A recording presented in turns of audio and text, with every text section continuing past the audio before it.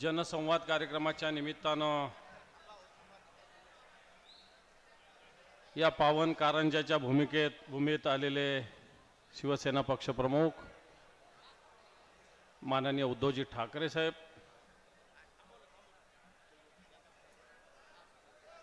इथं उपस्थित या महाराष्ट्र राज्याचे माजी मंत्री माननीय संजय भाऊ देशमुख, उपस्थित व्यासपीठावरील सर्व मान्यवर, सर्व पदाधिकारी अधिकारी, मोठ्या संख्येने उपस्थित माता भगिनी बांधवांनो, शेतकरी बांधवांनो, खरं तर काल यवतमाळ आणि आज वाशिम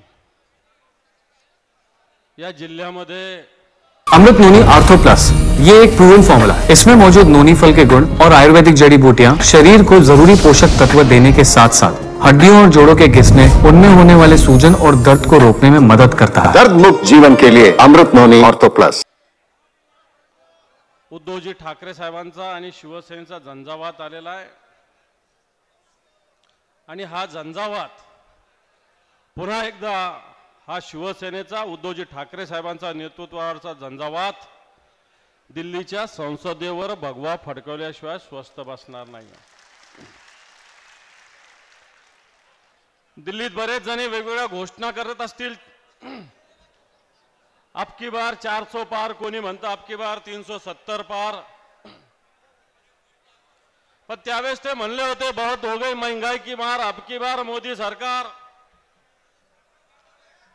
तर आपल्याला म्हणावं लागेल पेट्रोल 100 के पार, फिर तुम क्यों 400 के पार,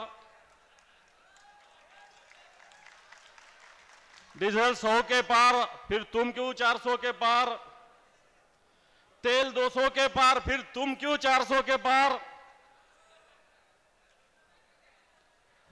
आणि मग कापूस असेल, सोयाबीन असेल, खाली हे पार आणि आपण खाली, कापूस खाली, सोयाबीन खाली, तूर खाली, मूग खाली। आणि मग जर आमच्या बळावर तुम्ही पार जात होता तर तुम्हाला आर सुद्धा आणण्याची ताकद या जनतेच्या मनगटात लक्षात ठेवा। त्यामुळे तुमचं 400चं पारचं स्वप्न हा महाराष्ट्र कदापि होऊ देणार नाही, लक्षात ठेवलं पाहिजे। आणि हे स्वप्न आपल्याला त्यांचं भंग करायचं असेल तर येणाऱ्या लोकसभेत या वाशिम आणि यवतमाळची लोकसभेची जागा सुद्धा पुन्हा उद्धवजींच्या नेतृत्वाखाली आपल्याला पुन्हा जिंकावी लागेल।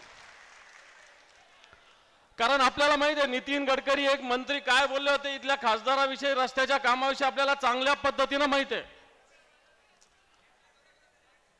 की एकही रस्ता वाशिम मधला पूर्ण होत नाही, याला कारण आहे टक्केवारीचं। हे कोण बोललं होतं? नितीन गडकरी साहेब बोलले होते। बघ अशा पद्धतीने भ्रष्टाचारी लोक इथं जर काम करत असतील तर मला वाटतं त्यांना थांबवणं आपलं काम आहे, लक्षात ठेवा। या भ्रष्टाचारी लोकांनी ज्यांना साथ दिलेली आहे, मग या राज्यातलं सरकार असेल या केंद्रातलं सरकार असेल, आज हा भाग मोठ्या प्रमाणावर शेती करणाराचा भाग आहे।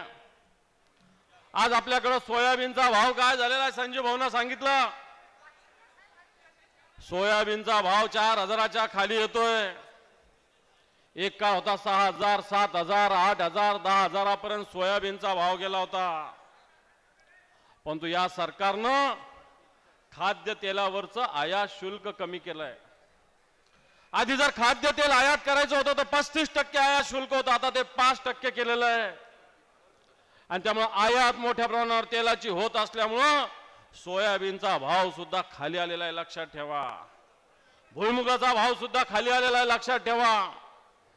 आपण अशा पद्धतीने हे सरकार जर शेतकऱ्याचं अंगठा मोडण्याचं काम हे सरकार करत असेल आणि शेतकऱ्याचं जर पुतना मावशीचं प्रेम हे सरकार आणत असेल तर मला वाटतं या सरकारला आपल्याला थांबवावं लागेल। बांधव, माझ्याकडे काही आकडेवारी आहे, या तालुक्यामध्ये अजूनही 54,000 शेतकरी पीक विम्याच्या भरपाईपासून वंचित आहे। 54,000 शेतकरी आज या तालुक्यामध्ये अजूनही जवळपास 3,500 शेतकऱ्यांना महात्मा ज्योतिराव फुले शेतकरी कर्जमुक्ती योजनेचा लाभ मिळालेला नाही। आजही या सगळ्या तालुक्याची जर स्थिती पाहिली कारंजेची तर मला वाटतं विकासापासून आपण दूर राहिलेलो आहोत।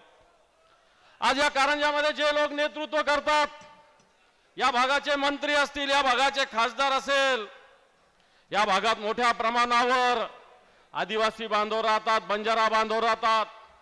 आज मला चांगल्या पद्धतीने माहिती आहे, आम्ही एकदा अधिवेशनात आवाज उठवला होता। कारंजा तालुक्यातील कोळी गावातील शासकीय जमीन खाजगी व्यक्तीच्या नावावर कोणी केली? मंत्र्यांनी केली, संजय राठोडांनी केली। आज देवेंद्र फडणवीस इकडे पालकमंत्री म्हणून येत होते, इथं रुग्णालयाचं मोठ्या प्रमाणात उद्घाटन झालं। आज या कारंजामध्ये उपजिल्हा रुग्णालय नाही, साधा डॉक्टर सुद्धा या ठिकाणी नाहीये।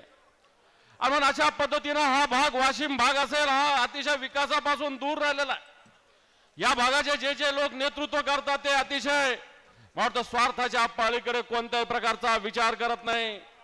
म्हणून येणाऱ्या काळामध्ये खऱ्या अर्थानं 80% समाजकारण करणारा, 20% राजकारण करणारा माणूस आपल्याला निवडून द्यावा लागेल। आज उद्धवजी ठाकरे साहेबांचं नेतृत्व आपल्याला माहित आहे।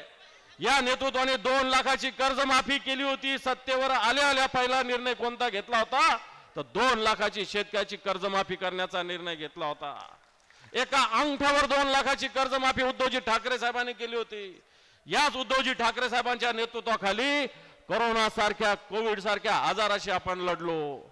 देशाची जर परिस्थिती बघितलं तर बरेच ठिकाणी गंगेत प्रेत फेकले गेले, बरेच लोक रस्त्यावर तडफडून मेले, पण उद्धवजी ठाकरे साहेबांसारखं एक संवेदनशील नेतृत्व आपल्याकडे होतं। म्हणून या कोविडच्या काळामध्ये या महाराष्ट्राने खंबीरपणे उद्धवजींच्या नेतृत्वाखाली त्याच्याशी सामना केला। भले आता गद्दार लोक निघून गेले असतील, आता संजीव बोले 40 लोक गेले असतील, पण येणाऱ्या काळात 80 लोक आणू शकतो। 12 लोक गेले असतील, या 12चे 24 आपण करू शकतो। हे करू शकतो फक्त आपल्या ताकदीच्या बळावर। म्हणून येणाऱ्या काळामध्ये ही ताकद उद्धवजी ठाकरे साहेबांच्या मागे, शिवसेनेच्या मागे आपण खंबीरपणे उभं करा, अशा प्रकारचं आवाहन करतो आणि थांबतो। जय हिंद, जय महाराष्ट्र।